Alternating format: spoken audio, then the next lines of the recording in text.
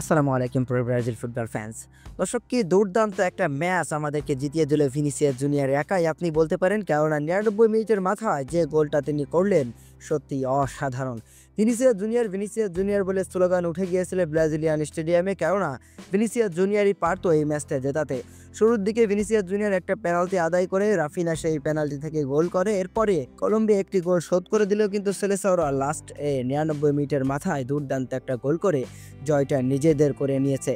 আর যে জয়টা অনেক অনেক বেশি গুরুত্বপূর্ণ ছিল, কেননা ব্রাজিলের এই টাইমে এসে ম্যাচ হারা মানে ররিবাল জুনিয়রের চাকরি নিয়ে টানাটানি।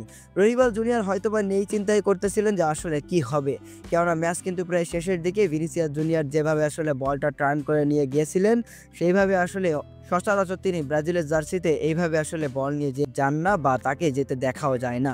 তিনি রিয়াল মাদ্রিদের জার্সিতে অপ্রতিরোধ্য ফুটবল খেলে থাকেন আমরা জানি, তবে ব্রাজিলের জার্সিতে এরকম একটা গোলই প্রমাণ করে যায় ভিনিসিয়াস জুনিয়রেরও কিন্তু ডেডিকেশন কম নেই ব্রাজিলের জার্সির প্রতি।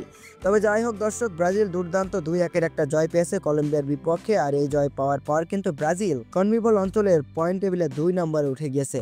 কলম্বিয়ার বিপক্ষে ব্রাজিল নিজেদের ঘরের মাঠে বল দখলে ৫১% এগিয়ে ছিল, মোট ১৭টি শট নিয়েছিল, ২টি বিগ চান্স ক্রিয়েট করেছিল। কলম্বিয়ার গোলকিপার ৫টি গোল সেভ দিয়েছিল। মূলত সব পরিসংখ্যান মিলিয়ে কিন্তু ব্রাজিল এই ম্যাচে দুর্দান্ত পারফরমেন্স করেছিল। দুর্দান্ত পারফরমেন্স করার পরেও কিন্তু ব্রাজিল ম্যাচটি ড্র করেই মাঠ ছাড়তে হতো যদি না ভিনিসিয়াস জুনিয়র ওই দুর্দান্ত গোলটা করতো। তো দর্শক, এই ম্যাচটি আপনার কাছে কেমন লেগেছে এবং এই ম্যাচের পারফরমেন্সের উপর ভিত্তি করে কি ব্রাজিল আর্জেন্টিনাকে হারাতে পারবে কিনা জানাতে পারেন আপনার প্রেডিকশন সামনের ম্যাচের জন্য।